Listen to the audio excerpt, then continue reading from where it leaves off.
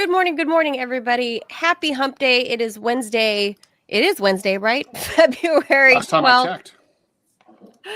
Mama Manila had a rough night, so I'm kind of delirious, and I don't know exactly what day it is. I know it was my mom's birthday yesterday, and I think that was a Tuesday. But here we are. It was a Tuesday. I am Manila Chan. That over there is Ted Rawl. You are tuned in to the Ted Manila Information Show, or TMI for short, where we bring you way too much information. And as we have been saying from the get-go, if you're familiar with our previous work on Sputnik or RT or Wall Street Journal or Ted's Cartoons, this particular show, we cover everything. We covered kind of a cultural phenomenon yesterday about parenting. Today we're going to talk about politics. So it's everything in between. That's what we do. And we drop a couple F-bombs. So just a little bit of warning. We're live Monday through Friday, 10 a.m. Eastern. So please be sure to like and follow the show, whatever platform you are consuming the media on, especially if it's YouTube and Rumble, because according to producer Robbie, those thumbs ups and those follows go a million miles in advancing the show to show up in the algorithms for other people to discover us as well. So we would appreciate it if you're consuming, you hit the like and the follow button, the subscribe. So on today's show, we are going to be talking about the Democrats as a whole entire party in unison now threatening a government shutdown. And Ted, we know that both parties do this. I think less so with the Republicans. They don't use it as much as a cudgel. No. Do you think they use it as much? No, you have not slept. Okay, first of all, Democrats, to my knowledge, have never threatened a government shutdown before. Republicans, they did last time with Trump's first go around in the office. Yeah, but they never. I mean, is that true? I don't even know if that's true. But certainly, this is a Republican strategy.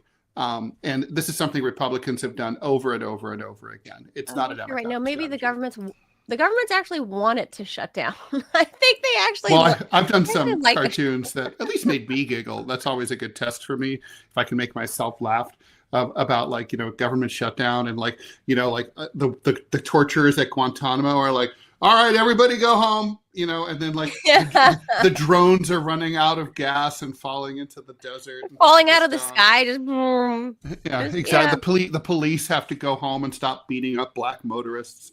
It's like, government shutdown. I think, well, we'll get into it later, but I think especially given this baseline that we have just kind of drawn out in the last minute, I think it would be an actual boon to the DOGE team if it does.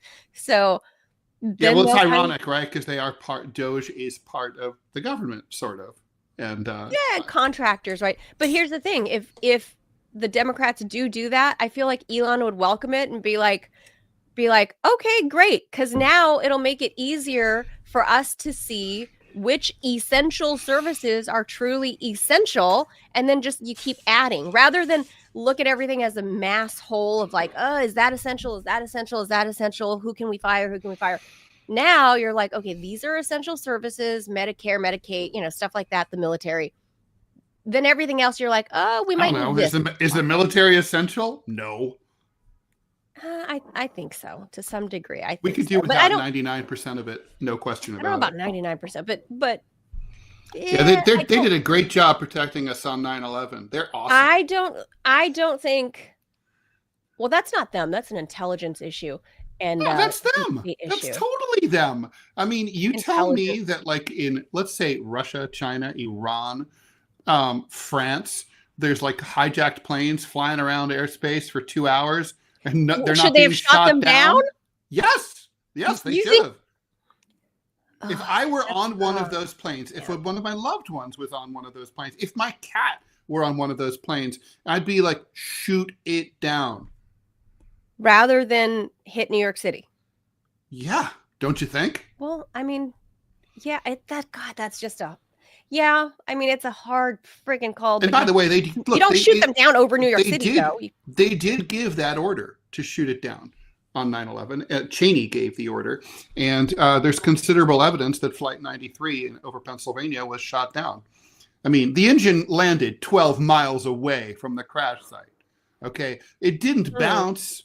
Okay, I mean, there was a trail of debris. Miles. There was a 12-mile trail of debris. So either you believe the Todd Beamer drink cart of death theory, or you believe that it was shot down. I mean, especially if you read the 9/11 Commission report, it talks about minute by minute when the order was given, how long it would have taken to intercept that plane, and there was enough time, ample time. And so it's kind of like, well, so did they miss it? I mean, they didn't miss it. They knew where it was.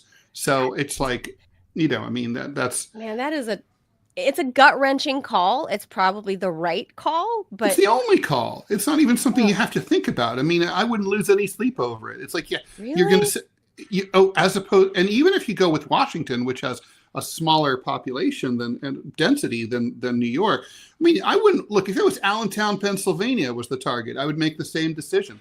You can't have a plane crash into a populated area. You know, you just can't. If you have a chance to take it out over a field somewhere, that's for a whole other show, because, you know, I have a lot of questions about New York City, about the Twin Towers, Building 7, the lesser known. I think, we should totally do it. 9/11. We should totally have like anniversary. We should have like maybe a truther versus an anti-truther come on the show. Because I'm neither, right? I don't know. I just know that there are gaps in a lot of stories. There are gaps as far as like engineers go with how the Twin Towers came down. Not really. Not really. I was an engineering major, and I got to tell you, most of those stories are crap. The 9/11. I don't know. You know, like steel is never burned at that temperature. Sure it does. Sure it has.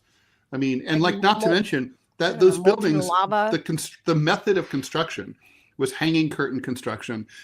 It was going, the thing is, that would not have happened. You know, do you remember, I mean, you know, I think it was a B-29 that struck the Empire State Building in the 1940s. You look it up, it's true. That's a smaller plane than the planes that the 9/11 planes, but still, it was loaded with gas, you know, and it caused a lot of mayhem, you know, right in the middle of Midtown Manhattan. And but the building didn't come down because the Empire State Building has 12 redundant construction support systems. But the World Trade Center only had 2, and they both failed that day, which is, you know, basically the whole building was suspended by the four corners of it. And then everything hung in between. And part of that was necessary. Part of that was cheap union construction. Part of it was needed in order to, because it was in a very windy location. Well, we also don't construct things like we used to in the 20s. No, well, we're not willing to spend as much money. You know, that was. Yeah, I would love to hear somebody or people debate this topic or explain more to me. Yeah, no, that's a great topic, because there's so many people, especially like on the left and on the right, who totally don't believe the World Fair. The World Fair building construction outside of Chicago. What year was that? 1920. What year was that? That we hosted the World Fair. But we've had it a few times. We had it in 1964 in New York, 1939 in New York. No, I think it's are you thinking of the Columbian Exposition?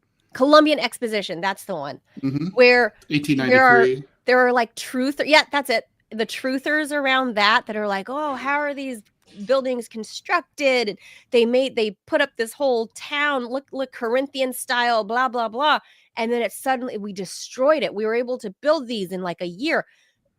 Turns out because they used to do shit well back then. No, it turns out the whole setup for that Columbia Exposition thing, it was made of, everything was like fucking paper mache and art materials. It wasn't a permanent building structure. We just did it where Chicago now sits. It's like a Potemkin village. If you've been to New York, Washington Square Park in the Village, there's the arch, the Memorial Arch, and that was meant to be a temporary structure, and then they ended up redoing it as a permanent structure.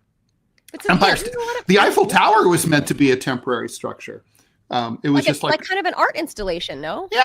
And then the Parisians just liked it so much. They were like, no, don't take it I down. would love to do like an architecture thing and maybe involve a little truther stuff in there, because that's not entirely my world. But as many of you know, I am not opposed to wearing my tinfoil hat. I know you're not. And I mean, we'd have to be careful with YouTube, because I know they have like a whole misinformation, disinformation policy. And really, as far as like having a conversation about it, people can't even have a conversation. Well, that's the censorship problem. I don't have any problem giving airtime to 9/11 truthers or anyone else. I mean, even if I don't think that what they're saying is accurate, I think that's part of the problem. I think that it's worth. I don't think it's up to me to judge. To decide who's real. I think everything is worth. Everything is worth having a conversation, and totally. I don't understand why conversation is categorized as misinformation or disinformation, because if this were real life, if we're walking around with these cameras streaming on us while we're having lunch with friends or having beers with friends at the bar, this is the kind of stuff people talk about in real life, and people like being a fly on the wall and hearing those discussions, right, as they scream and yell at their monitors, objecting to what we're saying or whatever. But YouTube does have that censorship problem where they suddenly label you disinformation, and their algorithms, really push you down because they're like, oh, that's fake news. Well, not everybody can be news. No, and today's and the thing is, here's the thing. I mean, I would say, first of all, today's fake news turns out to sometimes be tomorrow's true news. But also, here's the thing. A substantial percentage of Americans don't believe the official narrative of 9/11. With the exception of what I talked about, I do. And but the point is, I don't. If millions of Americans think that some have a certain point of view, even if that point of view is crackpot, that point of view needs to be talked about, discussed, allowed to air. Otherwise, it gives it feeds into the narrative that they're being stifled and censored because there's something to hide. So it's always talking is always better. Telling people to shut up just makes everyone suspicious. That's why we have we still can't settle the Kennedy assassination or 9/11, because there's always been a sense that there wasn't enough transparency in the investigations. Of course. So, with that said, let's hop over to I'm skipping to story 2 because there's some breaking news related to it, and then I'll go to story 1. All right, let's jaws it. Hold on, let's hit that.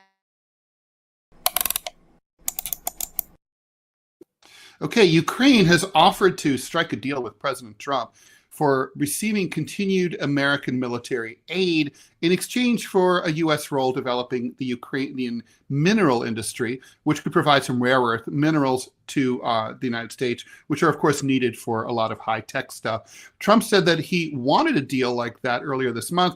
It was proposed by Zelensky as part of his plan to strengthen Kyiv's hand in future negotiations with Moscow. Speaking of which, Pete Hegseth, the Secretary of Defense now, says that a return to, this is breaking right now, a return to the 2014 borders of Ukraine is, quote, an unrealistic objective and, quote, an illusionary goal, end quote, in the peace settlement between Ukraine and Russia that Trump wants to accomplish. He said this in a very high-profile place at the NATO meeting in Brussels. At his first meeting with NATO and Ukrainian defense ministers, Hegseth said that Trump intends to end the war by diplomacy and bringing both Russia and Ukraine to the table. But for Ukraine to try to regain all of its 2014 or pre-2014 territory, as it's currently officially insisting, will only prolong the war and cause more suffering. We will only end this devastating war and establish a durable peace by coupling allied strength with a realistic assessment of the battlefield. Well, I'm not a huge fan of Pete Hegseth, but I happen to be a big fan of what he's saying. That's just reality. So absolutely, he's going to. But just mark my words, Democrats and other opponents of Trump are going to say, and the neocons who dominate the news media are going to say this is a sellout. This is a selling out to Putin. This is Vichy type behavior. It's fucking realism. It's being realistic. Yeah. The U.S. side via Ukraine as its proxy is the loser. We haven't won any war. No. I mean, we just haven't won anything, and we only helped win in World War II. We haven't. The U.S. side of anything hasn't fully won a game. Well, okay, we did beat the Japanese in World War II. That was us. Well, the war broadly, I'm saying. Maybe no, that's true. Pacific Front. The Germans certainly never could have. I mean, let's face it. We never could have done shit without the Russians. We were the. That was their law. They won that. Russia was Michael Jordan, and America was Scottie Pippen. All right, China. I mean, that's what it is. China, which is hold on here. We got to back up because here's the big fucking thing is that not only is Pete Hegseth saying the obvious truth, but it's right here. It's the U.S. is no longer, the mask has come off under Trump in Ukraine. What the U.S. has wanted all along was the vast mineral wealth that prior to this, Zelensky and his parliament, they had passed laws to never mine in the country, mostly because they don't have the infrastructure to mine for all these rare earth minerals. This is the truth now. And we've heard Lindsey Graham, we've heard all of these Republicans saying this accidentally, maybe as kind of a goof when they're going through interviews, say it in passing that what they want is the land and the rare earth minerals, but they just say it in passing. And of course, the mainstream media always fails to push them on that and be like, Senator Graham, can you please expand? That never happens, especially because reporters like me are not allowed to go within 100 feet of Lindsey Graham, right? Because they'll never answer questions like that from someone like me. But here's the truth. And Trump is saying it, that they want the trade-off is like, okay, we're going to continue to support Ukraine, whatever rump state shape it looks like, a year from now, 2 years from now, 5 years from now. We want access to mine your shit.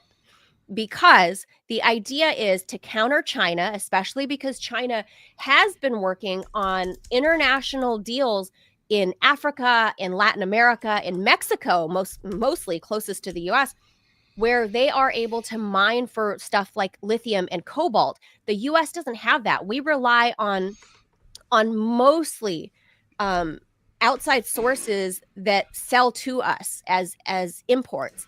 We want our own direct access, and the way for us to have our own direct access is by owning Ukraine and by having big hedge funds develop the land, have big hedge funds go in there and create mines, and now we can counter China in this 21st century modern, Cold War. That's really what it is, and this is a Trump quote that we're looking at on the screen. Well, he wants billions in minerals. The United States was pretty recently heavily engaged in a country where they have tons of lithium, and we blew it. Afghanistan. We let the Chinese scarf up all the mineral rights, and we didn't even, we were there 20 years. We didn't get any of the rare earths. We let the Chinese get it all. How is that even possible that you can occupy a country for 20 years and that somehow you don't establish any mining right? I mean, could it be that the Chinese have made nice with the Taliban immediately? Could that be it? That diplomacy works better than bombs? They didn't even have to formally recognize them. They were just one of the first countries to go in and say, we hey, we'll talk to you. Hey, what's up? You're the new government. Okay. Yeah, you're our neighbors. Let's be cool. Yeah. Let's get to know each other better. That's the Chinese way. I mean, it is. And look, and now they've got deals, right? And the U.S., of course, still pissed off about Afghanistan, well, at least the CIA, because, poppy fields, opioid. We kind of want that. But now the mask is totally off, and the president himself is saying it. Joe Biden would never openly admit this in a million bazillion years.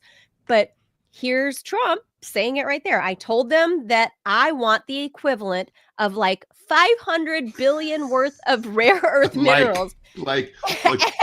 Oh my God.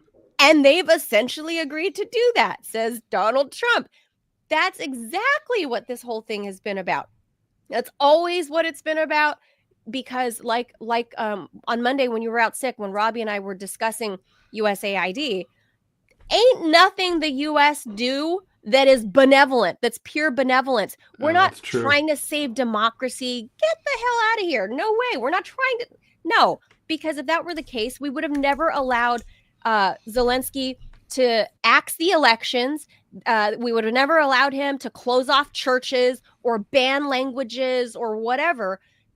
It was never about that, because our main goal was always to have access to their land, because the U.S. is not a freaking benevolent charity. And it's also it's to fuck with the Russians too, to give them a hard time. Well, that's the perk. That's the perk. What we really wanted was for us to have control of that land and not the Russians. Because if the Russians made nice, remember the Ukrainians, because they were broke and super corrupt that we've known for the past 30 years, and every media outlet, mainstream media outlet, openly said it for the past 30 years up until 2022, right? And when suddenly it was the beacon of democracy. But up until that point, since the fall of the Soviet Union, all the money, all the wealth and whatever that was in the retention of within Ukraine had been just gobbled up by all the corruption. I mean, everybody was corrupt, everybody, right? And now they have no industry. I mean, the only thing they had was agriculture, and that was all they had left. But as far as, like the steel industry or just anything else, it was completely decimated because it was rotten to the core by corruption. And they were asking for loans from, the World Bank and, all of the outside Western sources of money. They gave them basically a bad percentage rate and interest. And then Yanukovych, or no, I always confuse the two names, especially when I don't have sleep. But then President Yanukovych. There was Poroshenko, and then there was Yanukovych is the properly elected one. Poroshenko is the one that was the putsch government. So Yanukovych went to Putin and said, "Hey, homie, can we have a loan? Can you give us a better interest rate than like the World Bank?" And Putin said, "Yeah." And the U.S. did not want that, because then Putin would have access to all the goods. And so all this stuff, the putsch began in 2014. And that's, this is where we're at 11 years later. It wasn't started in 2022. Everybody knows that, at least if they're watching us. Well, now, not everyone knows that, unfortunately. No, that's true. But I want to underscore so much that now the mask is totally off, and it's coming straight from the president of the United States' mouth, saying, like 500 billion worth. Like I totally want some rare earth minerals, man. It's like awesome. 500 billion, like $500 billion. Anyway, we have producer Robbie has a question for us. Would Russia allow the United States to build a de facto NATO army in Ukraine? No. it would, and of course the answer is no. That's why they went to war, to stop that. Yeah, no. That'll never happen. I think the Ukrainians, first of all, they don't even have enough human body. By the way, it is still Putin's official position, and I think when I say this to people, they just sort of go blank. People who support Ukraine or who are positively inclined, I'm like, you do realize that Russia officially says it's fine with us if you join the EU. Ukraine can join the European Union. You can have a financial union with Europe. You can have the euro as your currency right on our border. We're cool with that. Right. We're worried about the military thing. We don't want, which can happen in that part of the world all the time. Drunken border guards at 3:00 in the morning shoot across each other between Russia young and Ukraine. 23-year-old guys getting idiots, drunk, and they do drink like fish at those border crossings in the middle of the night. They're all drinking vodka. I've seen it, and it's like they get belligerent. They shoot at each other sometimes. They're idiots. They're bored, and like the next thing you know, under Article 5 of the NATO treaty, France and the UK and the United States have to fire ICBMs at Moscow. Because of this stupidity. That's what Putin is quite understandably concerned about. Okay, yes, whatever you think of Vladimir Putin, who I don't even live there, and me too. I'm concerned. Yeah, I mean, I get it. I mean, I don't think, like I've said this a million times, no leader of Russia, communist, fascist, Democrat, Republican, no king, queen, doesn't matter. No person who's in charge of Russia would have done anything different. It doesn't matter. It's not about ideology. It's like if you're you can't let that go. Last bit of quote from Trump. He said, I said to them, we have to get something. We can't continue to pay this money. Well, he's right. Quid pro quo. That's how it works. Like I said, the U.S. is not a benevolent charity. If we ever do anything that seems nice, just give it a couple months. I will say I do appreciate the honesty. I do. I do. Like he's like, hey, we've been funneling all this money to you, Zelensky. You've got, villas in Italy. You've got homes in Miami. Now I'm going to need some dirt, some land. I need some physical land. How many acres you got? Let's start mining. Let's start drilling.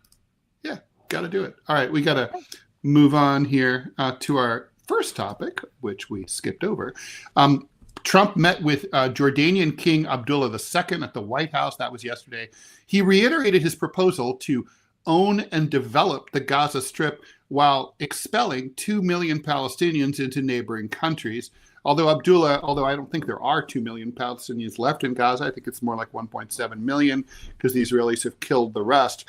Although Abdullah dismissed the proposal, he did say he would be willing to receive 2,000 sick Palestinian children during the meeting. There's an estimated 5,000 critically ill children in the territory of occupied Gaza. Jordan, as well as most other Arab countries, condemns the idea of resettling more Palestinians in their own countries. Jordanian lawmakers proposed a bill last week banning the policy. Israel's neighbor to the east already hosts more Palestinian refugees than any other nation on the planet, with more than 2 million registered and accounting for 20% of the country's population. Those talks came as the three-week-old ceasefire between Israel and Hamas in Gaza looks like it's about to break down. Hamas warned Monday that it's not going to release any more hostages due to the fact that Israel has violated the ceasefire. You will have a hard time, Manila, finding any accounts in mainstream corporate media as to what exactly Hamas is talking about. But your favorite cartoonist looked into it and found out what Hamas is complaining about. Hamas agreed to send in Israel agreed under the terms of the ceasefire to send 500,000 tents into Gaza so that people would have some shelter. Israel has reneged on that. They have not explained they haven't said why. They just decided not to send them. And so Hamas is pissed off about that. And that's what's really imperiling the ceasefire. They're making it look like this is Hamas's fault. It's really the IDF's fault. Trump said on Monday that he could cut aid to Jordan and Egypt if he refuses his demand to permanently take in most Palestinians from Gaza. I got to say, I wouldn't cry about this, Manila. Currently, Jordan receives $1.5 billion a year in U.S. taxpayer money, and Egypt gets about $4 billion a year, just shy of that. All money that could better be used here in the United States. The president also said from the White House that if Hamas doesn't release all the hostages by 12 noon on Saturday, he didn't say whether that's 12 noon DC time or local time in the Middle East, the ceasefire agreement with Israel should be canceled. All hell is going to break out, he said, while acknowledging that the choice over whether the ceasefire actually ends or not actually falls to Israel. So a lot to break down there. But Israel, this is a standard tactic for them. Israel negotiates a ceasefire, and then they break the terms and they pretend like they're the victims. They do this all the time. Well, yes, that's just par for the course on how they operate. But well, like I always say, like we always joke about Richard Nixon being tricky Dicky, right? Like this is, Benjamin Netanyahu, I need to find a better, something that has a ring to it. Bullshitty BB. Something that rhymes with Netanyahu. Bombing BB rhymes with that. You don't need a rhyme is good, but you need alliteration for sure. Yeah. Although Tricky Dicky it just rhymed. Yeah. It rhymed. It's good. Tricky Dicky and Teflon Don, like that there's Fibby BB, bring, not good. I don't know, but that's what he always does. Sleazy BB. He I always laugh when I hear it because in French, BB is a kid's term for penis. Babe. Oh, I thought maman, regardez mon BB. Bébé is baby. BB is dick. It's like a kid's term for dick. Oh. Well, even if I would apply like the Russian kids term of shit to Netanyahu, which is kakashka. Kakashka Netanyahu. Catchy. So it's not very catchy, but it drives the point, right? Like he's just kind of shitty. So he's such an asshole. The worst part to me about this is that, well, Trump has now spoken up about the right of return for Palestinians, and he said no. He said no to it. Yeah. The crazy part to me is like, I keep saying this, that because they'll be in their beautiful new mystery place, which I would call Tel Aviv and Jerusalem, but that's me. The beautiful condos that Kushner Inc. is about to build, along Gaza somewhere. Yeah, somewhere in Gaza, or not. I'm just predicting that. Here's the thing: is while Jared Kushner is whispering these development sweet nothings into his father-in-law's ear, somebody is forgetting to remind Trump that Hamas is not just going to give up the territory. They're not just going to go away. They're not going to be like, let's pretend like these 1.8 million Palestinians, or whatever the actual count is at this point. Let's pretend that somebody somewhere takes them in. Let's just say they get displaced and they get relocated wherever, right? But then you have these tens of thousands of Hamas fighters that are not going to go with that population. They're not going down without a fight. And they're going to remain. Who is going to fight them? Is the IDF going to continue to fight them to clear the territory? That's a big. Trump Tower can be built. What makes you think that they would not leave? They could leave. They're not going to leave. They could just wear civilian clothes and leave. The problem is that they couldn't safely leave because the Israelis would intercept them. The Israelis know who they are to a man. I mean, and would kill all of them. Historical evidence would suggest that the Palestinians are not going to leave. Whether they back Hamas they're not or not, they're not going to leave. They would have to, because of the Nakba, because they know what happened. I mean, they were all told in 1948, like their grandparents were told, don't worry, it's only for a few days, you'll be able to come back. They took their keys to their homes and they locked it up and they never got to come back. And that's how the Israelis are. The Israelis are bastards. They're never going to let them come back. So, they know. And Trump is just a moron in that, like, he doesn't understand the cultural significance it is to these people. So I honestly don't think it's malicious. It's not like, I know it sounds crazy, Ted. I really honestly don't think Trump is malicious when he says this stuff. No, I agree. I think it's transactional, and he's just thinking as a New York developer that he's like, yeah, so these Section 8 houses are condemned. Let's just move these people. Can we move them to the west side? Let me build up. That's exactly what it's like. That's what he's thinking. And I think he's applying that to Gaza with people not telling him. It's not unlike when he would take over an apartment building in a condo conversion, and he'd have rent-controlled tenants, and he'd try harassing them into leaving. Some of them did. He hired goons to throw like old ladies down the stairs and stuff. Like, no. Oh yeah. Is this like the 80s, the 90s? In the 80s. Barbizon Plaza on Central Park South. He did that. And basically, the people who held firm. He also moved drug dealers and goons into these luxury buildings to harass and intimidate the tenants. So, but rent-controlled nice buildings. Yeah, but then he ultimately, with views of Central Park, and he decided I'm just gonna. But the people who held on, ultimately, he cut them a big check. It was like.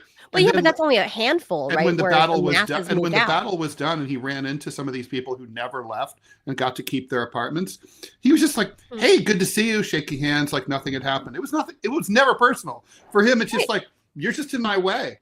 I don't hate you. I'd like you to get out. because that's what makes my just numbers work. That's what this is about. Yeah, I agree. That's exactly what this is. And I think when he's talking to King Abdullah here, and I don't know if King Abdullah views it the same way as you and I, but I think you could see, I mean, when I go back here and you look at King Abdullah's face, he can't take look at his face.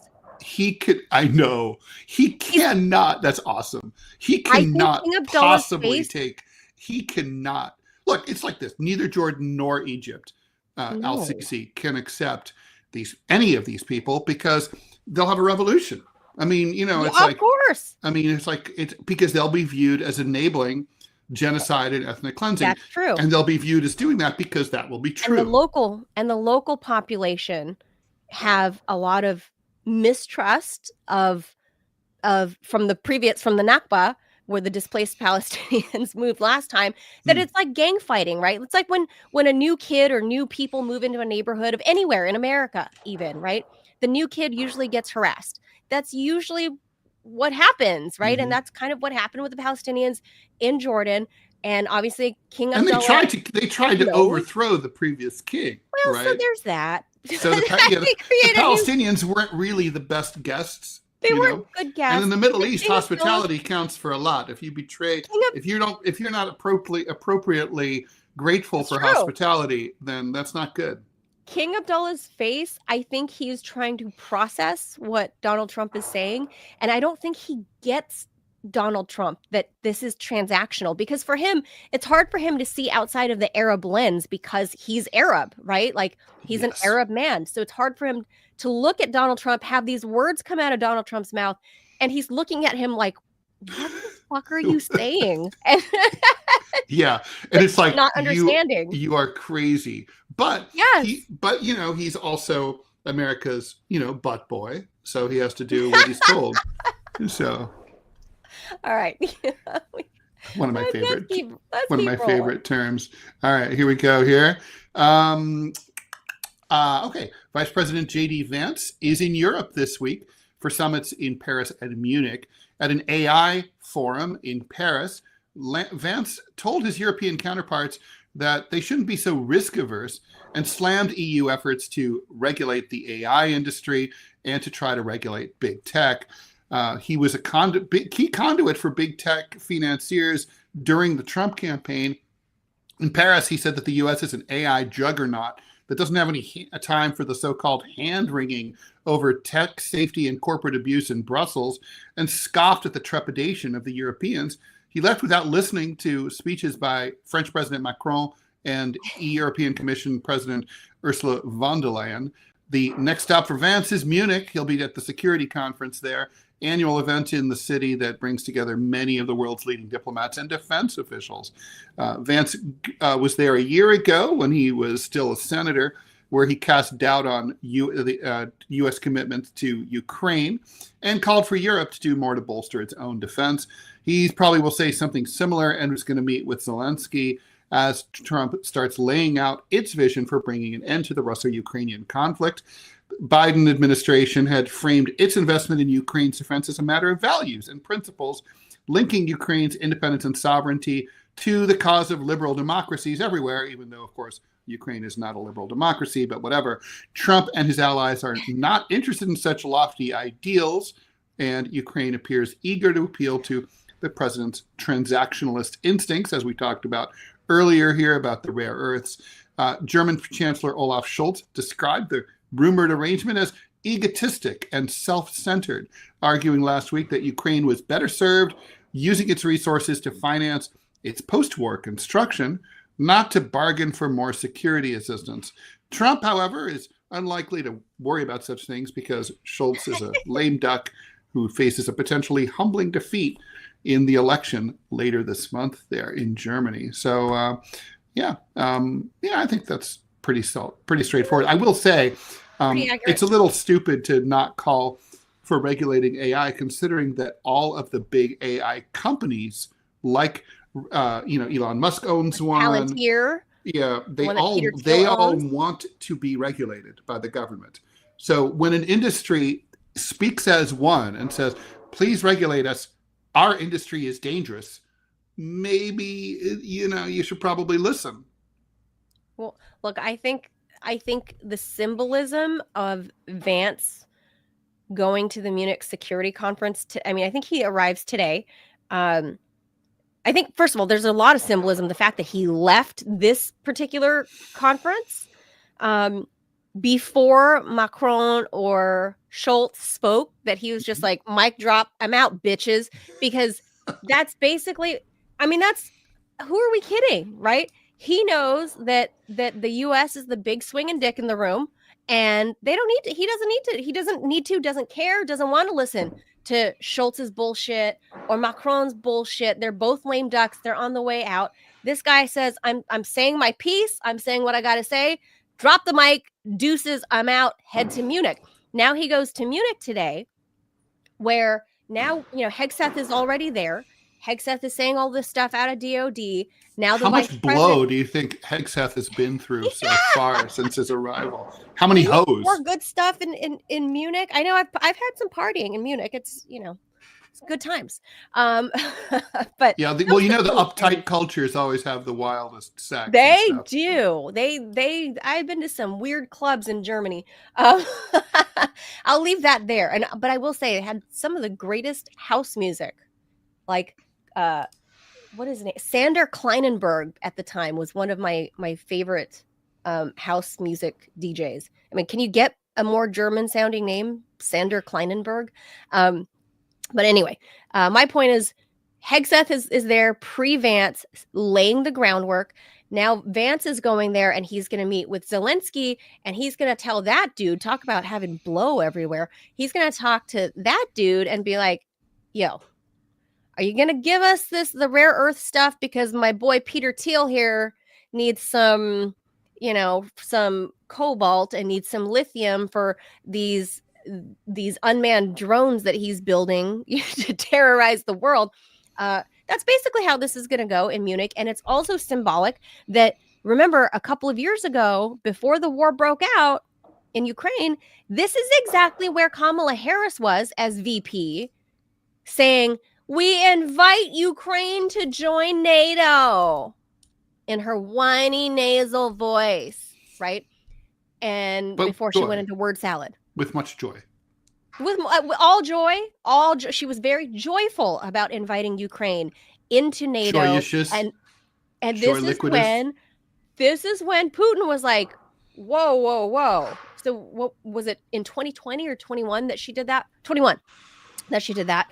And that's when all the shit began tumbling down the hill. That is when Russia started advancing troops towards the border because of that first initial remark coming from Harris. And that wasn't an accidental thing. So now, fast forward all these years later, now we have a Vice President J.D. Vance going there to do the exact opposite.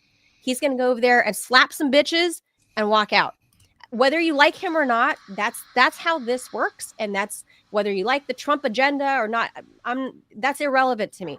I'm just stating the simple fact that there's a lot of symbolism. And when we're looking at politics and how these government officials roll, what they don't do, such as sitting around to listen to the next speaker, speaks more volumes than the actual things that are coming out of their mouths. Because the things that are coming out of their mouths are mostly lies anyway. It's the actions that they don't, when they walk away, that is the proof. That is telling about what's going to happen. And the fact that he's going to Munich today and he's going to slap Zelensky after Hegseth already, put in a few jabs. This is going to be like the clothesline, boom, body slam. And they're probably going to have like Dana White or Linda McMahon over there to kind of finish the death blow. Because these are, all these like fight people are part of the Trump administration now. So here we are.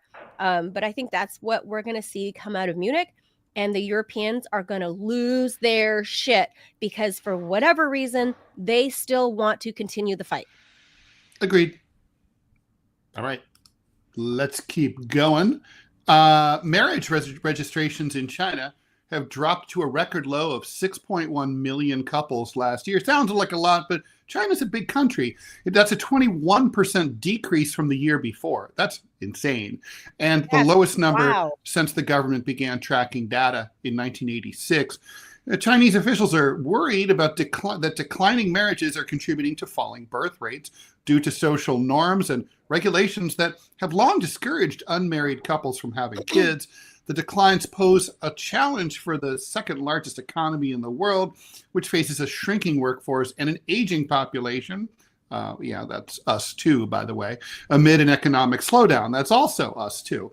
Those over 60 years old, that's me, account for about 22% of China's overall population and roughly 300 million people. That's close to the entire population of the US, which is 330 million, and are projected to enter retirement in the next decade. The drop in marriages is part of a decade-long trend of total marriages in 2024 were less than half of the roughly 13 million marriages in 2013. Chinese authorities have tested various measures to increase marriages, including financial incentives and speed dating programs. Part of the problem with these marriages is that, with the exception of gay marriages, you generally need both a boy and a girl for a marriage, and China doesn't have a lot of girls, right? I mean, because of years and years and years of the one-child policy, and there was a general preference for boys over girls. So when people got pregnant and they got the news from the ultrasound that they had a girl, they often, more likely than not, got an abortion, or in rural areas actually would commit infanticide and murder the baby immediately upon birth. Baby girl. So there's that's part of the problem also, is you just don't have enough ladies to get married. So I have the solution here, China. What you got to do is encourage a lot of sort of femi fellows to transition to become girls. Oh my God. Oh my God. Become ladyboys. Yeah, become ladyboys. That's a thing in Asia. Yeah, but then Thailand and places like that. That doesn't solve the birth rate bust. No, it's not going to solve that problem. It might solve the marriage thing in some capacity, I guess. Bring in or create your own cast of ladyboys. Cast with an E, but or without. No, it could be it could be like a Broadway musical thing. That'd be let's make it entertaining. We could do that too. But then, Ted, I'm going to add to that because, look, there's for example, this pretty lady here, right? They're what's called the leftover women, and I could tell you from my own experience. Oh, is that because she's over 25? Yes. If you're over 25 as a lady in China, you can't get married. Not only in China, it's just in most of the world. Asian culture. East, very specific to East Asian culture. It's true in India too. Mm-hmm. I lived through this myself. The pressure for marriage and all that stuff. They plant the seed at 18, and when you're done with college, your family's like, okay, let me set you up. So my grandma's friends, so-and-so son has an engineering degree. You should come. We're having a barbecue and he's here. You should come. And because I, had what they viewed as frivolous pursuits in journalism, because, I wasn't, a doctor, a lawyer, businesswoman or whatever. And I wanted to travel and do all this frivolous stuff. That's according to grandma's ideology. Before I knew it, when I hit 30 and I still did not have a ring on my finger, there was no guarantee in sight that this was coming. You really become a leftover girl where you're educated, you're world traveled, and you've done these things, right? That would otherwise, I would say, make a great partner for somebody where I've sowed my wild oats. I've traveled. I've done all of these things. I'm accomplished. I'm a grown woman in my own right with my own things, my own properties, that you would think that woman is somebody you want, right? Like this woman talking on screen, complaining she's 34, she's educated, she has her own everything. She has a nice looking coffee maker. Look at her house behind her. I like her coffee maker. Condo. Yeah. Oh yeah, her coffee maker is great. She's complaining about how no one will marry her. She's 34. I mean, I didn't have my kid till I was about 38. So, I mean, but in Asia and very so much so in Eastern Asian cultures, maybe, I don't know if the stigma's there in the more south you go, but in the Eastern cultures, this is, I mean, you're over 30, you're an old maid and nobody will marry you. Yeah, I mean, no, that's right. So couldn't over 25 Chinese, really? I mean, yeah, 25 is like the prime, because you're done with college and you've had a little, theoretically, right? And you've had a little bit of work experience and you've done a little bit of traveling and you've come back home to the motherland, and now you should be ready. Your oats should be sowed and you should be able to settle down. You only have a few years. The window's very brief. And I think, yeah, I mean, look, this is one of those things where the culture isn't pretty girls. These are pretty young. Oh no, these are all very very pretty ladies. I would say, I mean, you know, that's part of like, you know, the brief is like I you know, there's like old gross American white guys who are like, I could go to China and pick up these ladies. I mean, and they try, right? But it's just one of those things where the culture doesn't work. It's sort of like here in the United States where women are now outperforming men educationally and financially in many respects.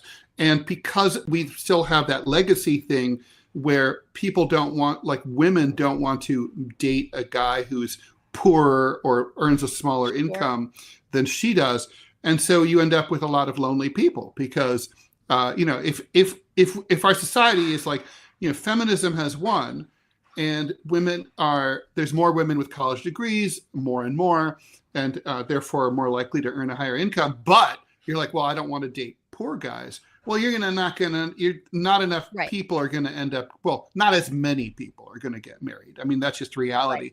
And it's, you know, you want people to just sort of have this realization, like, you know, that 34-year-old Chinese lady who you just showed, like, you know, I don't know, maybe she's a bitch. I mean, who knows? Right? Who knows? But I mean, assuming she's a reasonable person, normal, who's some dude who's like, let's say 26, might be like, oh, I'll go for a lady who's a little older. Why not? Right. You know? I mean, it's like still of childbearing age. You want people to have that realization, but it takes a long time for a culture to pivot on that. Now, what the Chinese have going for them as a government is their ability to propagandize and to create new social mores is something that we can't do in the United States. Not that we're even so inclined to try to do that. I mean, I remember when I traveled to China in the 90s, they were trying to discourage what I talked about before, the abortions of women. And of female babies. And so, for example, there'd be these giant posters on the wall, like murals of like women working in like a lab. And it would be like, and they'd have captions like, this woman is working hard to build socialism and build the new China. She might discover the cure for cancer. Would you have aborted her? And things like, or like Chinese cosmonauts, like this woman might be China's first woman on Mars. Would you have aborted her? And so like, and that does move, these things can move the needle, especially with Confucianism and a more conformist society, which China has than we do in our individualism. Look, I'm going to say because of the propaganda capabilities of the Chinese government, I'm going to say this. Well, let me criticize this lady complaining on 10 unsuccessful blind dates. I mean, come on, lady. 10? So what? Yeah, get a grip. Go on 200. Then I went on 10 unsuccessful blind dates a month easily, but like it's just unsuccessful. But by the way, blind dates are always unsuccessful. All blind dates are unsuccessful. Don't go on blind dates. Yes and no, that's not true because one boyfriend I had for long term was a blind date. And I mean, ultimately it was unsuccessful. We didn't lead to marriage. Okay, so I win again. But it was a successful relationship. It didn't, the outcome may not have been marriage, but so the date was successful. The date was successful. So, but this woman, man, I got to tell you, I haven't been set up on a lot of blind dates. It's happened a few times. But it was really, really funny. I mean, when it happened, remember the last time it happened many, many years ago.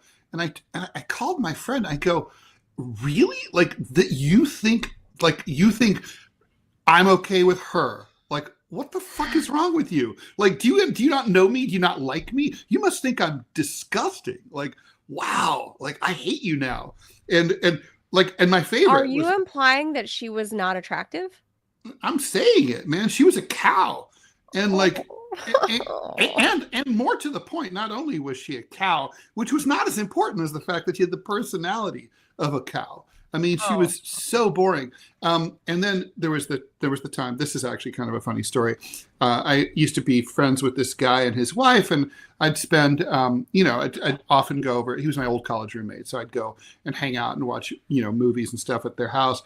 One time I show up and say, "Oh, there's this girl here. This is my wife's friend. She's going to be here." And I'm like, "Oh, I'm so dumb. I don't even realize it's a setup." So Dan and I were talking about like all the books we've been reading.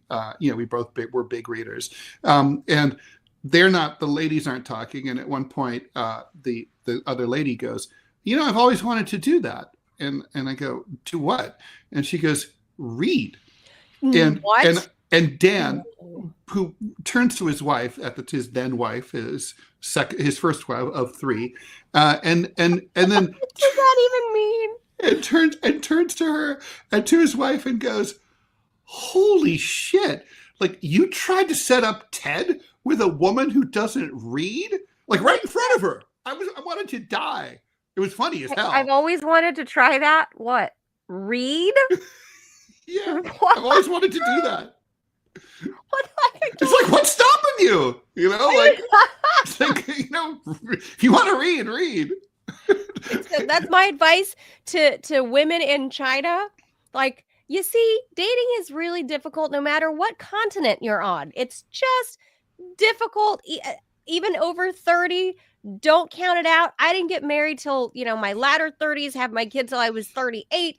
Mm-hmm. And look, my message to the Chinese government is, because they have control of what goes on TV, you can make it a new social norm that women over 30 are hot. That women over 30 you want her. I always preferred older women when I was young. So this is, this whole thing that I'm looking here from China Observer that we're looking at is about China's leftover women. So when they say that they don't have enough women, yes, numerically, that's true. Numerically. However, there is a significant portion of Chinese women who are accomplished and a little bit older. You know what this is like? This is like the fucking 5-1B visa controversy. When Silicon Valley says, "Oh, we don't have enough tech workers in the United States." Yeah, you do. H-1B? You have to be willing to hire some Americans who are over 40. Try that on for size. Well, that's good. Same thing here. Like China, same thing. How about highlighting beautiful women who are still of childbearing, even if they weren't of childbearing? Or not. Right. Here, you've got orphans you can adopt. And you can build a nuclear family that way with women over 30. That's it. That's simple. It's absurd, the leftover woman phenomenon. That's sad. Yeah. All right. And finally, today, well, if we keep going, it'll be tonight. Kanye West's Yeezy.com ad during the Super Bowl stunned viewers with its bizarre vibe.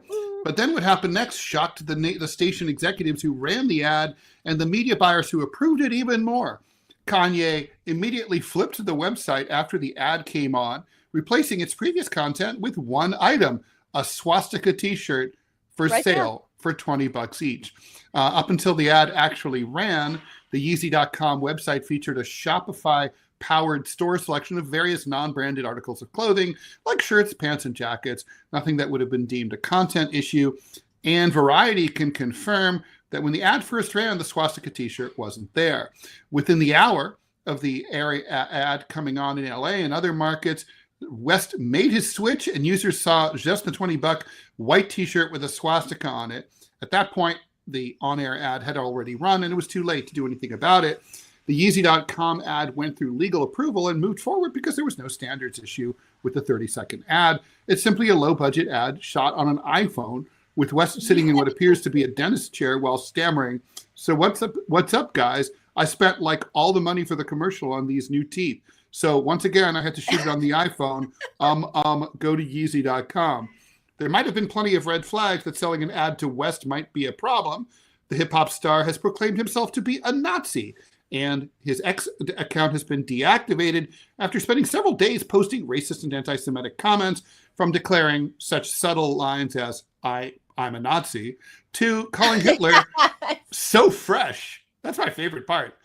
Hitler's so fresh? Yeah, I mean, I love that Hitler's so fresh. There's so much to get in there. It's like, well, first of all, Hitler died in 1945, so I don't know if he's really fresh. Also, isn't so fresh?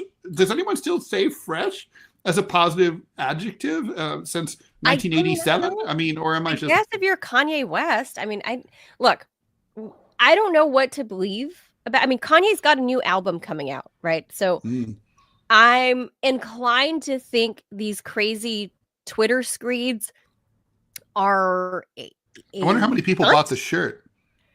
I'm inclined to believe... How many are RNC staffers? Oh, boy. Well, I'm not bothered by people... I'm going to say the shirt's going to be a collectible. I'm not buying one, but I bet it really will be, because it's so... Yeah. It's a big pop culture thing, a moment in pop culture, like... it's not for me. And yeah, I don't. Kanye, yeah, I feel like there's certain things you don't want to bring into your home, and this would be one of them. That's not for me. It's maybe somebody even as a collector's item, it's still not for me. I don't know what to make. It's Kanye West, right? Like he's constantly getting in trouble. He's getting his wife in trouble, right? Like she showed up to the Grammys in a naked dress. It was pure sheer material. When you say that he's getting in trouble, you make it sound like it's not intentional. I mean, getting in trouble is sort of like, oh, I didn't know people were going to be upset. Oh shit, this is not that. Okay, he's a mega troll, and he's getting in trouble. I don't know if he's a lunatic or not. I assume he is. That's what I mean. I assume he has some mental health issues going on. I don't know what, but something. And whether or not he actually believes it as he proclaims to be a Nazi, or if he even knows what that is. Or is he saying it just to be provocative, or just to be an artiste? Yeah, that could be like how Sid Vicious of the Sex Pistols wore a swastika T-shirt. That was punk rock. And I mean, the context is different also. That was that was in the 70s. It was only 30 years after World War II. It's like that was about provocation. That's what that was. This is like all, his remarks. It's not the same thing of being anti-Zionist or like pro-Gaza. He's not saying any of those things. He's just straight up being anti-Semitic and just straight up just like hating on all Jewish people, just wide out in the open. And then I don't know what to make of that. Like he has, for the past 2 years since we were still on Radio Sputnik, when he was when he had that deal taken away by Adidas to do his Yeezy shoes. Yes. Mm-hmm. And then he got knocked down in rank from being one of the few black billionaires to not billionaire, but still very rich. And he's like, this is a campaign of, and I'm paraphrasing, but he's saying like, oh, this is a campaign that the Jews are out to get me, you see? But then he keeps saying these things that are anti-Semitic, anti-Jewish. Yeah, well, like if Jews are out to get him, they probably ought to be. I mean, he's asking for it, I don't know. Hey, like maybe he's offering a valuable service.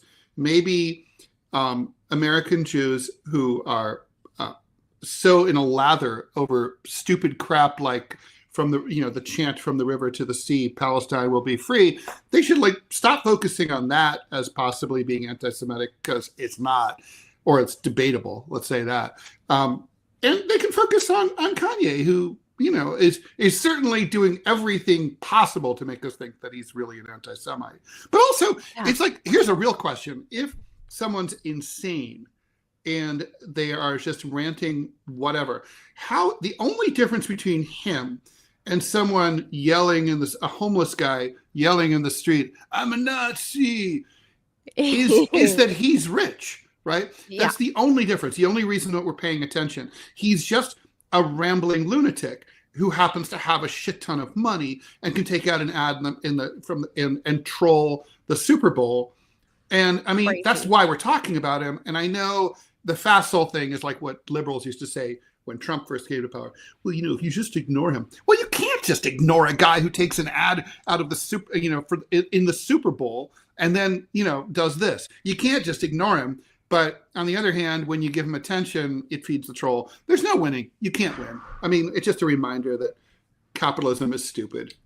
I don't know what else to say about Kanye. Let's spend the next few minutes on our main topic. I'll hit the jaws and we'll.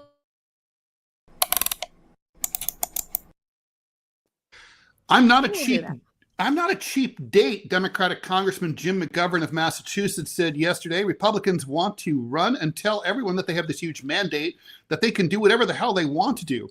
Well, if that's the case, then they should put their mandate pants on, whatever those look like. Maybe Kanye sells those on his website, and do whatever the hell they want to do. But if you want us to be helpful, then you have to engage us. That he means the Democrats. And we're not just going to be there to bail you out. By the way, I should tell you, Manila, that cheap date apparently is a talking point for the Democrats right now. They have a bunch of their people out in front of the cameras saying that they were not a cheap date. Democratic votes will be needed to get I know it's lame. Democratic votes will be required to get a federal spending bill through Congress next month. That might mean holding the line to save Medicaid, USAID, and education. They might also try to force Trump to fire Elon Musk and his DOGE team. House Minority Leader Hakeem Jeffries warns the Democrats won't support efforts to reduce the mortgage interest deduction or to slash food subsidies for low-income kids. Does the Democratic hashtag resistance finally start here? Or will they cave like a slutty cheap date? Let's preview the budget fight. That's the talking point. Obviously, everybody gets the memo distributed every morning, cheap date, or whatever. And they're also saying constitutional crisis, and resist Trump. And it is like a mantra. You remember those, what was it? Stuart Smiley, is that the name on SNL? Where he did Deep Thoughts, or what was his name? Stuart. I forget on SNL. This. But you know what I'm talking about, right? Like Deep Thoughts. And then you'd repeat like a mantra over and over. I don't know it.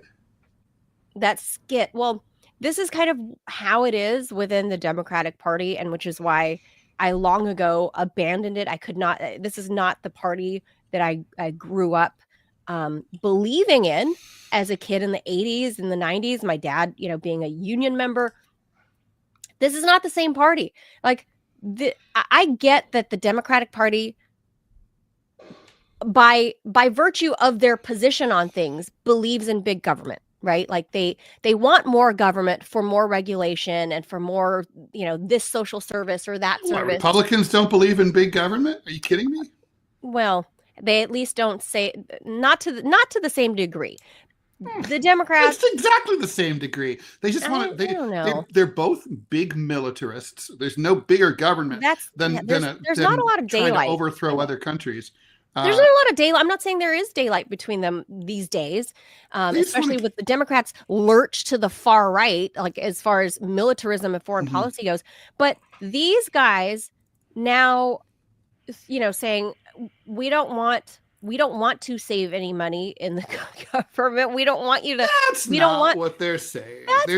What they're saying is that that the Republicans are going after policies that they, and departments that they care about, like the Department of Education was established by a Democratic president. Sure. And that is that's who just died recently, right? Jimmy Carter. They care about the Federal Department of Education. They care about USAID. Ironically, they shouldn't, because that's really more like a Republican thing. If you think about it, they care about it's a tool of imperialism. The world. Yeah. And they definitely, this is about protecting their own. A bunch of it is perverse, like trying to preserve the home mortgage deduction, which props up the real estate market and discourages, conventional savings accounts in banks and stuff like that. But it's not like they're saying we don't want to save money. That's not what this is about, right? Well, the Democrats have a lot of pet projects that we would like the stuff that's funded by USAID. They don't want to save money. They want to. Yeah, ask me how many shits I give about USAID. Like none at all. But I mean, they want to fund drag shows in Hungary. That's the whole point. And that's why they're picketing outside the Department of Education. They're picketing outside the old office of USAID. And now we're at the Reagan building. And now we're hearing all of these senators. I mean, it's a concerted effort to resist Trump. And to me, anytime I don't care if it's Democrats or Republicans. That's what an opposition party is supposed to do. Sure, but they're not also putting anything forward. You can fucking resist. True. Like fucking resist, but come at me with an actual plan. Come at me with an alternative. They don't have that. No, that's true. Yes. Scott Stantis and I talk about that a lot on the DMZ America podcast, which, by the way, we're dropping a new one at 12:30 Eastern time today, live. But definitely there's I mean, here's the thing, right? Democratic Party they're going to be obstructionists. Now, in all fairness, the Republicans, well, let's put it this way. They're talking about being obstructionist. I mean, they didn't start out that way. They voted for Marco Rubio unanimously. They have voted for a bunch of Trump's nominees. A bunch of them have. So they've been pretty cooperative. I guess the real question here is they're threatening to behave the way that Mitch McConnell and the Republicans did when they were in the minority under Obama. And they shut down the government a few times. They threatened to shut down the government. They threatened to they had showdowns over the debt limit. I don't know how many times we talked about that on our old shows. They held up judicial nominations to the point where there was a shortage of federal judges. So the Republicans did that. We know what they did when they were in the minority. And at the time, you can go back and look it up. I defended them and said, I'm not a Republican, but they're doing exactly what the Republican Party should do, and I wish Democrats would do. So now the question is, will Democrats actually follow through, or is this the usual Vichy Democrat pussing out, like, we're going to resist, and then they just don't, and they're like, and the thing is, going for the Vichy approach is the fact that they didn't is that the Republicans got beaten up in the polls every time they shut down the government. It was always bad for them. So Democrats have to be looking at that and thinking, if we do that, we're going to get beaten up. What do we do? So, are they going to really follow through? Are they going to risk a government shutdown? And then what will they, if so, what concessions will they extract from Trump? Could be crap season. Is Trump even open to any concessions? Or is Trump like, fuck you, I have a mandate, I'll do what I want? I mean, well, Ted, the government, the Fish and Game Department, they, under Forest Service, right, they let hunters and stuff know when, okay, like, it's officially duck season, or it's, whatever, hunting, it's deer season, it's whatever. It's crab season. You can go crabbing now. Stuff like that'll get delayed. But like I said at the top of the show, for me, I think if the Democrats do this, and they're also trying to twist it in the other direction and say that if they let the government shut down, it's the Republicans' fault. Of course, that's they're always going to spin it the other way, right? Like, even though I'm obstructing, it's his fault. That Republican over there, it's his fault. It's not mine. But nothing. As I said at the top, that's just politics. I think this is a boon for Musk and DOGE, because they're going to be like, cool, I don't even have to fire everybody. Everyone's just going to take a leave of absence. And then, the cream will rise to the top. We'll see where things are actually needed, what services need to stick around. And then it'll be easier for me to see who I need to get rid of, who I need That's to an interesting take, Manila. That is, I had not thought of that. I like it. It's definitely, it could end up being a jujitsu move on the part of the Republicans You guys do your worst. Okay. Oh no, not a government shutdown. No, We would hate that. Don't shut it down. Elon, meanwhile, is like, ha ha ha ha ha, right? And he's like, okay, things that'll stay in service, the military, like things that will get shut down, park services, stuff like that. Like the National Mall. I mean, if people haven't been here, right, is it, everything's wide out in the open, right? So all year round, people can, go stare at Abe Lincoln sitting in his chair. You can do all whatever, right? All year. And you're eating your candy bar, your Snickers wrapper, just toss it out at the Abe's foot. I don't recommend you do that, but there's somebody there to clean up, right? So the millions of people that come through here every year, the park services is one of those non-essentials that would get shut down. So things can get awfully stinky here in downtown Washington pretty fast, Ted, is my point. Because the last time there was that 3-week shutdown, I had to drive through that area. I mean, I can't remember exactly what year it was, but it might have been like an early Trump or end of Obama. I can't remember, but it lasted several weeks. And I'm pretty sure it happened it was Obama who was the victim of most of these shutdowns. Maybe that was it.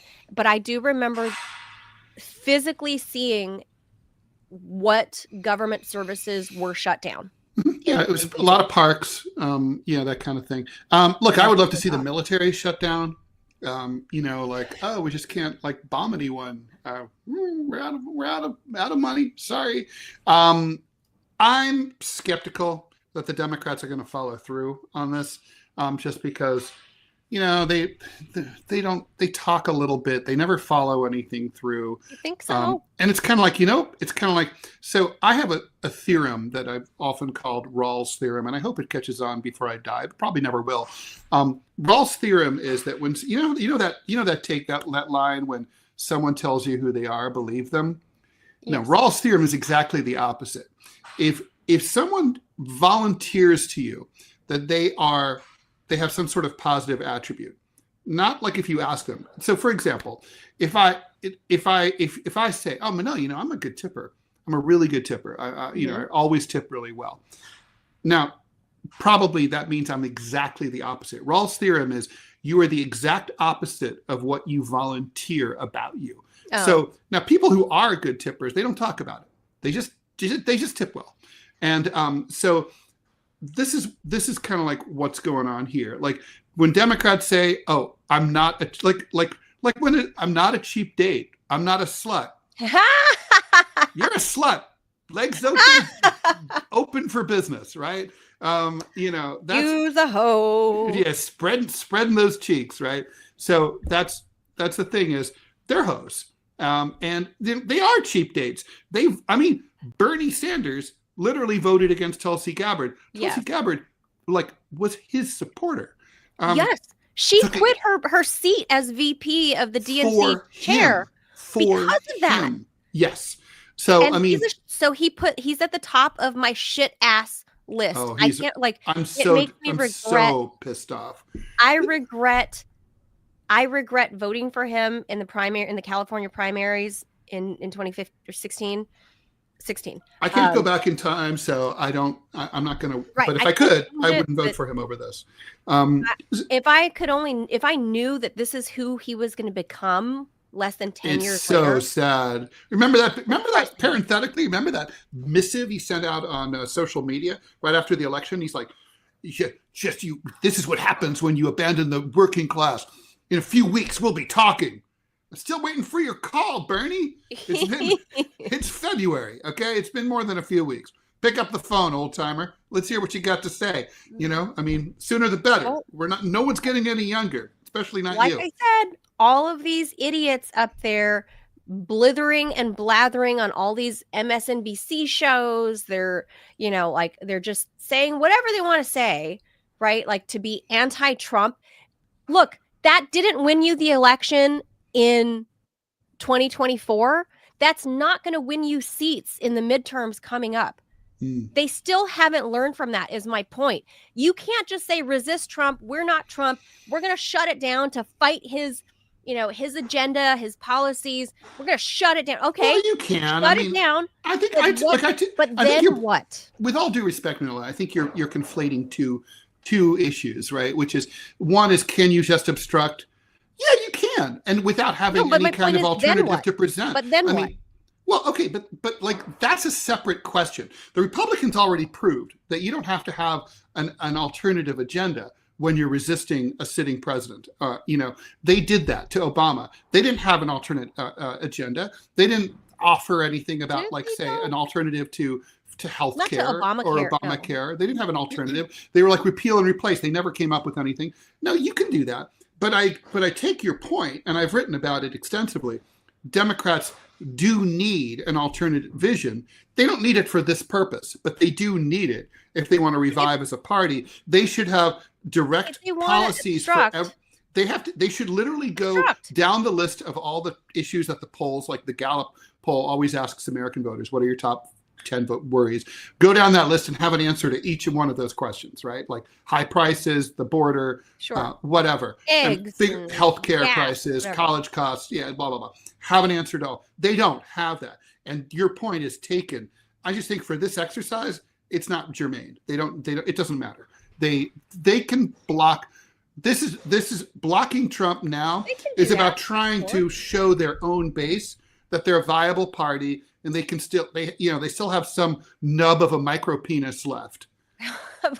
But the whole point to that statement, though, is that I get that they can obstruct just to obstruct, but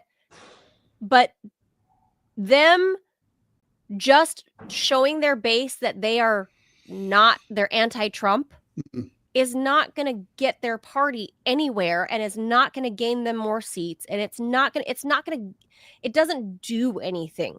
It doesn't do, the base is already anti-Trump. Why do you need more chum in the water for that? They already know that their base already hates Trump. There's already never Trump, to a much smaller scale than 2016 or 17, but their base is they are who they are. They're always going to be never Trumpers, and people are going to have TDS, and I get that. So that portion of the argument aside, and now going to the alternative bills that you can potentially hammer out in your committees, no one's bringing anything to the table, is my point. So that's why they are cheap hoes, is because you can't act like you're going to have a high price that, be like, I'm a classy date, but then you're going on your date and you know nothing about art or literature, so what kind of cheap ass hoe are you? Like, what kind of 2-bit, like you're not an expensive call girl at that point. You're just some night walker hoe. So just pick a battle, get good at it, do something, and then I feel like I disagree. I totally disagree. I mean, Trump's moving fast and breaking things. He's doing all sorts of shit that Democrats are completely. They're apocalyptic. They're apocalyptic. They're completely like. Do you think they saw this coming, Ted? Do you think they are they shocked? Do you think the Democrats are shocked? They're shocked, at how fast and they are awed. And are they? And rank and file Democrats are so upset. The ones I talk to, they I mean, there's been stories about how psychologists' offices are being flooded with upset, depressed liberals. This happened again in 2017 as well. But people they're so bummed about Trump. So the first thing Democrats need to do is show that there's things that they're willing to do to try to gum up the works to stop Trump from getting some of these things done. And it kind of doesn't even matter what they are. They just have to just show that they're a viable opposition party. And I totally agree that on their short list needs to come up with an ideology. Look, that's one of the reasons they lost the election, is no one could tell you what Kamala Harris was actually going to do if she was elected president, right? Including joy. Her. No, she was very clear about it, Ted. Bring joy. Right, like I said, nothing. So the point is that so that's, you're right. I just think that that's a discrete, first things first, fuck with the Republicans, slow them down, put that stick in the spokes of the bicycle tire, knock them, fuck them up, and then sort of say what you would do instead. But you can't one thing at a time. You can't stick a thing in the spokes without immediately turning around and be like, yeah, you can. Here's why. Yeah. I think, in my opinion, I think you. I mean, you should always know what you're. Look, you're not. I agree with you that if as a political party of any kind should always know. Like, here's the thing, right? Like, if I somehow woke up as president of the United States tomorrow, and your friends were like, "Oh, Ted, what do you think what do you think he'll do?" And they'd name various issues. You'd probably have a pretty good idea of my answer of what I would do, right? Sure. But you and I couldn't do that for Kamala Harris. That's bad. So so every political party should have a coherent ideology that people can predict, right? And the Democrats don't have that. So your point's well taken. I just think we're nitpicking. I'm nitpicking with you about timing. That's all. Oh, who's the de facto leader of the party? And then we'll go. Like, that's the thing, right? Because we knew with Obama, in the Obama era, it was clearly Nancy Pelosi and Obama together, right? True. But then what?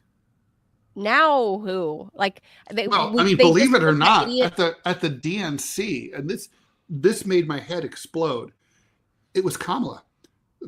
She was there, and everyone there was like, Kamala is still the head of the Democratic Party. What? She may run again. We'd like her to. I was like, you people are fucking crazy. I missed that. Is that true? It is true. They believe in a potential Harris run again? Mm-hmm. Yeah. Like a full term run, a full 1 year run, not 12 weeks or whatever. Yeah. I guess, look, it's not like such a thing hasn't happened before. Nixon, 1960 and 1968. Trump will be out of the way, so. Yeah, right. Well, Trump's an unusual situation because he actually won and then lost and then won. Right. He Grover Cleveland's that. Yes. But, man, I think that's just a losing strategy for that party. I think they need to reassess and don't just be obstructionists. I say be a solution, not an obstructionist. Be forward looking. But look, being obstructionist is honestly the duty. It's the duty of a POW to attempt to escape. It is the duty of the opposition party to try to fuck up the winning team. And, that's just how it is. Well, this is just like the Super Bowl this past weekend. It was the duty of the Kansas City Chiefs to try to hit that three-peat, right? It's only been done once in history before.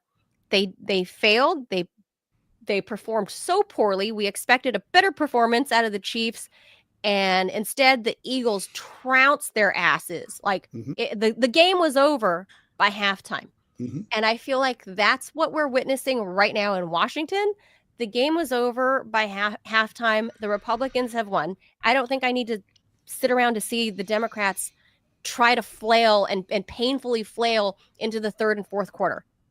Well, the Democrats are in a piss poor condition, but the rebuilding has to start at some point. And you're not going to look, if you can't even convince your own partisans that you're going to try to stop what they view as right-wing extremism, then what have you got? It's the baseline of what you have to do. Just like the Kansas City Chiefs, they've got Travis Kelce and Taylor Swift. Part of the problem, I got to tell you, one of the problems with the Democrats is the problem with their approach is that even if it works, it doesn't work. And here's why.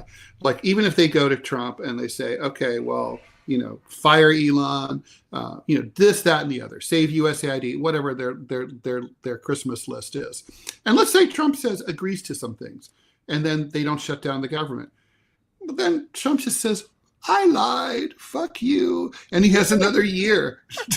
And that's what he does, right? You can't really negotiate with him because who can believe anything he has to say? So there's that. That's part of the problem for the Democrats. If I were them, I'd just shut it down and not even negotiate. I wouldn't even say I want anything. Be like, we're just shutting it down. 3 weeks. Yeah. We'll see. And we got 3 weeks, Ted. Yeah. We will know. We'll follow the story. We will test Speaker Mike Johnson's mettle and see if he has the stomach to handle the volatility, because people are going to shit on him too. Well, he's been ridiculous in this. He's like, oh, the Democrats always complain when we do it. So how could they complain? How can they threaten to do it now? It's like, you do realize that you can't call them out for being hypocrites based on something that you yourself did. You always do. You do understand we'll that. See. It's like, you're a hypocrite for saying that I'm a hypocrite. Fucker. You're the hypocrite. I hate you. You're a asshole. You're a dick. All right, jinx. All right, with that, we should go. All right. Bring us out. All right, guys. Thanks for tuning in.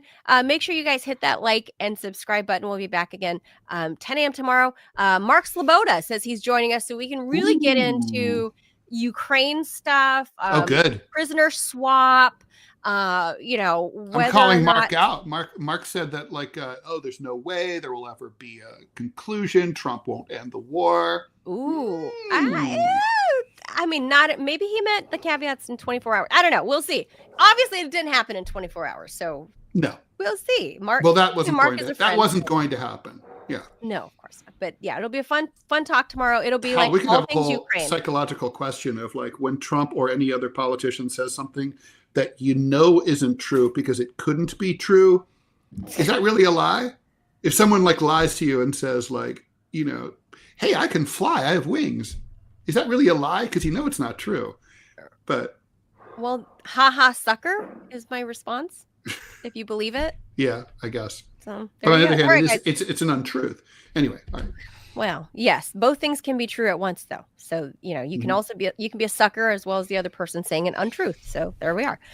So guys, we'll be back tomorrow. It'll be a fun chat with our buddy Mark Sloboda. Make sure you guys tune in. We'll be back 10 a.m. tomorrow morning. Adios, amigos. Check out Scott and Santis and I in an hour. DMZ America podcast. Bye. DMZ America podcast. That's Ted and Scott Stantis. Yep. Adios. Bye.